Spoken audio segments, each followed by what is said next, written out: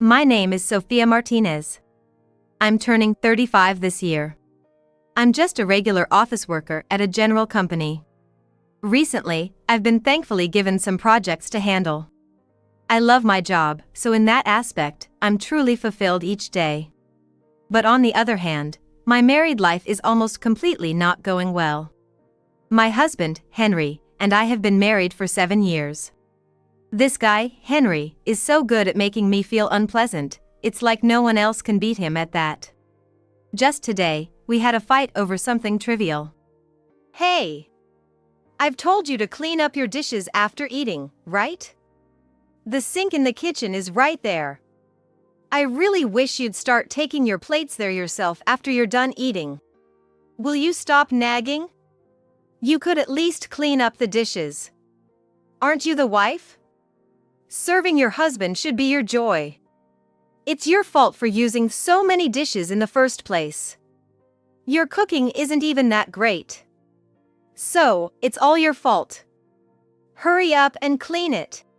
What? This kind of argument happens at least once a day. It's just a daily occurrence. Serving your husband? Where on earth did you pick up that phrase? It's just weird. I'm not your servant. We both work, so let's share the household chores, like we agreed at first. Oh, just stop. You're so annoying. That's why it's all your fault. I wanted you to be a stay-at-home wife. Don't push the housework on me when you can't even fulfill my wish. What a failure of a wife. After dropping his one-sided comments, my husband Henry stormed out of the house in anger. I felt a bit sorry for his colleagues who would bear the brunt of his temper, but then again, it's not my problem. I realized that his inability to control his anger was the real issue. Henry often says he wanted me to be a stay-at-home wife. However, he started saying this only after we got married and it became clear that I earned more. It's probably just his ego hurt because I'm the higher earner. He's such a petty man. I can't even remember why I started dating and married such a man. Anyway, the relationship between Henry and me had gone cold. Arguing had become our only form of communication. And even those arguments felt like we were just going through the motions. Our relationship couldn't possibly get worse, only stay the same or deteriorate further. So, I had made up my mind to get a divorce. I'm sure Henry has thought about divorcing me too. Why doesn't he initiate the divorce himself? It's simple. He hasn't brought it up because he's dependent on my income. Maybe he'd miss having someone to insult and vent his frustrations on. Thinking about it is making me angry. I have everything prepared to make the divorce work in my favor. Frankly, Henry has been unfaithful. I plan to use this to bring up divorce soon. One day, as I was thinking along these lines, Henry said he was leaving for a 3-day business trip. Knowing he was probably off to a getaway with his affair partner, I watched him with contempt as he pushed the travel preparations onto me. Whether it's a business trip or a vacation, why can't he prepare himself? Does he really think I have no suspicions? Maybe he thinks he's hiding it well. Perhaps he's secretly pleased with himself. When I refused to help and told him to do it himself, he yelled in an intimidating manner and retreated to his room. Eventually, he ended up making the preparations himself. Why doesn't he do it when he's capable of it? The next morning, Henry left the house without even seeing me. A few hours later, things took a dramatic turn. I got a call from the hospital informing me that Henry had been in a traffic accident and was rushed to the emergency room. I headed to the hospital, feeling almost like it was a moment of revelation. As soon as I appeared in his hospital room, Henry, acting like a fish back in water, became arrogant. Hey, you're late. It's an emergency situation for your husband. Hurry up and leave work. Here's a list of things I need. Go get my change of clothes and stuff right now. You're my wife, so act like it and take care of me. Seriously, this guy. Lying in the bed and raising his voice at me, Henry handed me a list of things he needed. He looked completely fine. Not even a hint of whiplash, and I wondered if he really needed to be hospitalized. It's highly questionable. I noticed something odd about the bulge under his bed covers. His lower half, hidden under the white blanket, seemed unnaturally puffed up. And there's something odd about my husband's unusual tension. His words urging me to hurry up and go. His voice even sounds a bit panicked. It's clear to me that he's trying to get me out of here as quickly as possible. I strode over to his bed. If you need care, ask the person inside. What? Before Henry could respond, I grabbed the blanket and flung it off, almost as if I was about to expose him. Yes, it was as if I was about to peel away my husband's disguise. I had anticipated that his mistress would be hiding there. But what I found was a little girl, still too young for school. Maybe she wasn't even old enough to be in school yet. Petite, with her long hair tied in 2 braids. Huh? As a matter of fact, I knew her one way or the other. But I was so convinced it would be his mistress that I was momentarily dumbfounded. I made eye contact with the girl's large eyes and let out a silly sound. The girl seemed surprised at first, but then laughed out loud and said, "You found me. See you later." She quickly got down from the bed, waving her hands as she left the room. Silence fell in the room. Henry was moving his mouth. He seemed shocked by the sudden turn of events. This was my chance.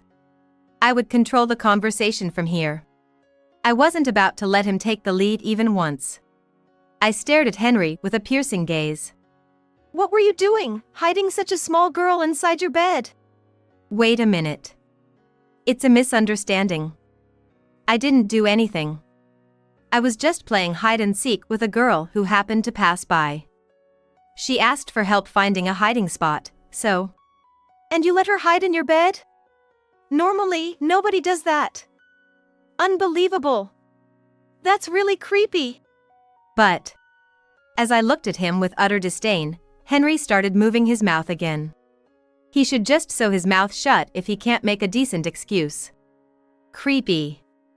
You think you have the right to say that to me? Failure of a wife. If you say things like that, it's divorce, you know? Are you okay with that? Oh, he's bringing up divorce himself. Unexpected, but it saves me the trouble. Oh, really? Thank you. I never thought you'd be the one to bring it up. I always thought you were the type of man who could only cling to me. So, it's divorce then? You're agreeing to it, right? As I smiled sweetly, Henry's face turned pale. Good, time to press on. I pulled out the pre-filled divorce papers I always carried in my bag and threw them onto Henry's bed. The papers landed with a dry rustle. He looked at them as if seeing something unbelievable. What, Divorce? What is this? Yes, divorce. You get it? Divorce. I can say it as many times as you need. I'm actually really happy right now. What are you talking about? Divorce? Why would you suddenly bring out these divorce papers? Well, you were the one who mentioned it. Saying if I talked like that, it's divorce. You always yell about me not fulfilling your wishes, right? Be happy then. I'm fulfilling your wish. I can't stand you anymore.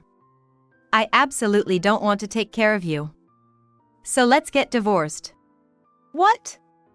It's just a joke, right? Why are you saying this all of a sudden? You've always followed me in everything. That's why I'm agreeing to a divorce, but you just don't get it.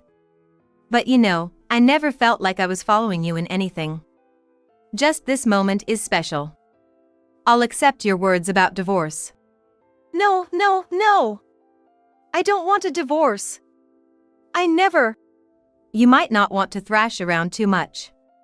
It might hurt your injury.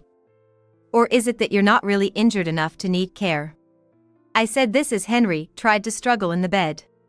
Then, although Henry was still breathing heavily, he stopped moving abruptly. He's surprisingly easy to handle. And I couldn't let him cause a scene in the hospital. Though I felt like punching him, that's a different story. I shook my head as if to say, oh well. Do you really not want a divorce? No, I don't want a divorce. That's obvious. And why is that? Eh? Why don't you want to divorce me? That's because I love you. Oh, is that so? Well, I don't love you anymore, so it's the opposite for me. What? Well, that's right. A husband who sneakily cheats for a long time is worthless to me. Eh? Henry showed a dumbfounded face. It seemed he really thought I hadn't caught on. Such sloppy tactics? How much does he underestimate me? So, it's about the affair, You have a mistress, don't you? Huh?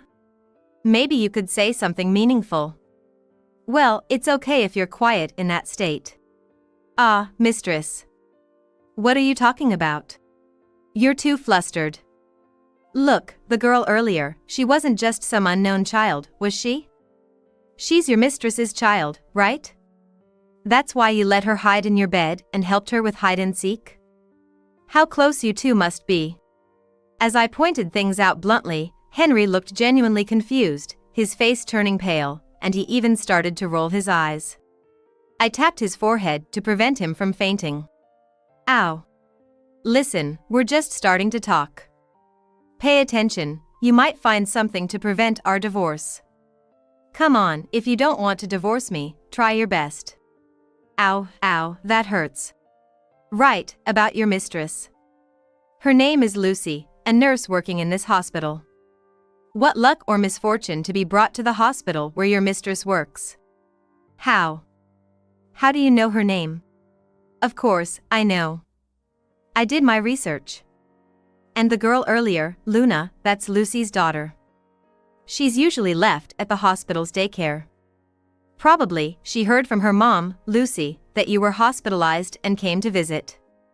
And then I happened to arrive at just the right moment. Bad timing, though. You knew about Lucy and even about Luna? That's why I had it investigated. Modern private investigators are really efficient. On the days you said you were on business trips, you were off on hot spring vacations and using family discounts at amusement parks with them. Quite the service-oriented spirit. Impressive.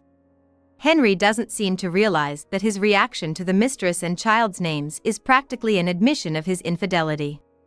When I received the report from the private investigator, I was truly appalled. Henry, his mistress, and her child looked so close, almost like a real family. Cheating is cheating, an act of infidelity, yet he maintained a facade of a good husband without actively resolving our marriage. I even suspected if Luna was his biological child with his mistress, but apparently, there is no such connection. It seems he told Lucy that I was crazy about him and not agreeing to a divorce. What a disgusting man. How I deal with this trash of a man is up to me. I braced myself for action. Henry looked at me wide-eyed.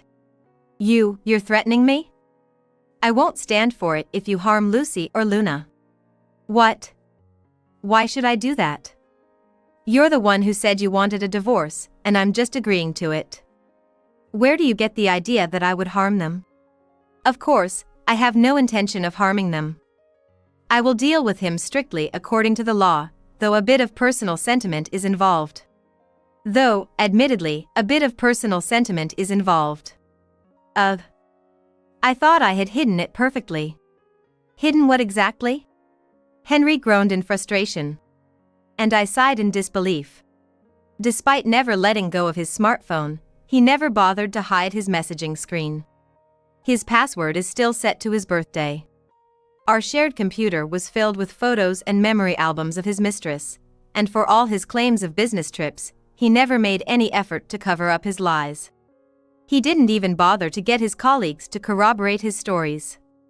When I checked with his company, it was usually leave, sick leave, or unexcused absence.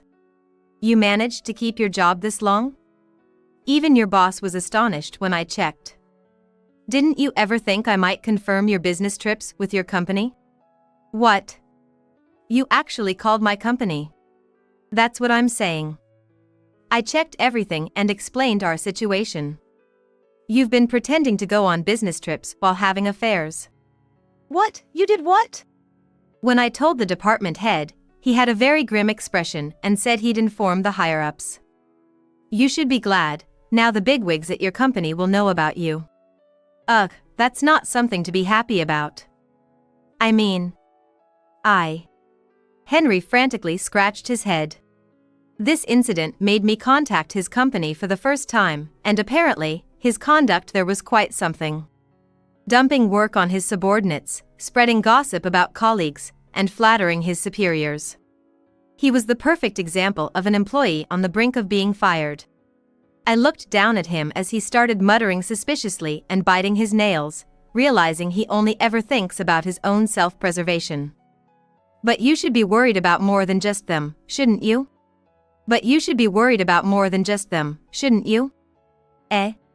Because, Henry, besides Lucy, you have another mistress, right? When I hit him with that, his expression went from stunned to shocked. His face kept changing like some kind of toy. So, about your mistresses. You don't just have one, right? As far as I know, besides Lucy, there's another one. Nah. And this accident, you were in the car with your second mistress, weren't you? Henry's eyes widened to their limit. How do you know about that? Actually, I already knew about your so-called business trip today that was really a cheating getaway. You made hotel reservations on your computer, didn't you? And such a fancy hotel too. Where do you get that kind of money? You're not going into debt for these affairs, are you? Henry visibly shook with nervousness. I already knew he was in debt, spending on 2 mistresses. With such frequent business trips, his money would disappear in no time. I had the private investigator track your travel destination to gather more conclusive evidence. But then, out of the blue, I get a call asking what to do because your husband has had an accident. I was so surprised. Yes, before the hospital even called, I had already been informed about the accident by the private investigator who was following your car. Henry seems unable to speak, just staring blankly. Your second mistress, she's more seriously injured than you and still in surgery, isn't she? Yet here you are, only worried about yourself. If she's a woman you once loved, shouldn't you show at least a bit of concern or distress? Until I pointed it out, you acted like you had forgotten about her, or just remembered. Well, considering your future, it's no wonder you're preoccupied with other matters. Huh? What do you mean my future?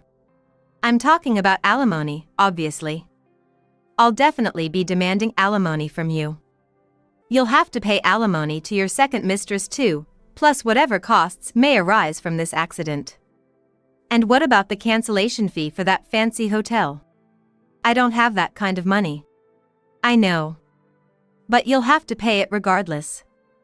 I'll make sure you pay in full, by any means necessary. There's no need to flex your muscles here. Besides, I've already told you, I have no intention of divorcing you. Lies. After being exposed this much, you still don't want a divorce? That's some nerve, I must say. I let out a sigh. Then I gazed at my husband with half-closed eyes. I contemplated how to corner him further, considering my next move like planning a strategy. Henry's eyes were darting around, desperately trying to figure out how to break the current situation. That's when a new character appeared. Are you Henry Martinez? The man who entered the hospital room was tall and slender, dressed in a suit. I knew him. Henry, however, seemed to have no idea who he was and looked utterly bewildered. In the middle of a heated argument about whether to divorce or not, a stranger, clueless about the situation, suddenly showed up. They must have been really surprised. The stranger made eye contact with the husband on the bed and they nodded to each other. Ah, right, about the alimony we were talking about earlier, I forgot to mention the part he's asking for. What? Nice to meet you, I'm Jack Smith, husband of your second mistress. Oh. Mr. Smith, Jack, greeted politely. My husband let out a cry of astonishment. What, huh? She was married? Yes, we've been married for 2 years now. Oh, you didn't know either, huh? But you can't really talk. It seems like you told her you were single.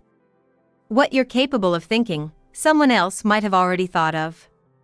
This time, it just turns out both of you were lying to each other. It seems you've also been keeping quiet about actually being married to me. You were like a father figure to your first mistress, and to your second, you acted like a wealthy middle-aged lover. Quite the lover, maintaining separate relationships with two at the same time, though it seems like a risky business. As she said this, the husband quickly looked away. It appears he almost got caught at some point. No wonder.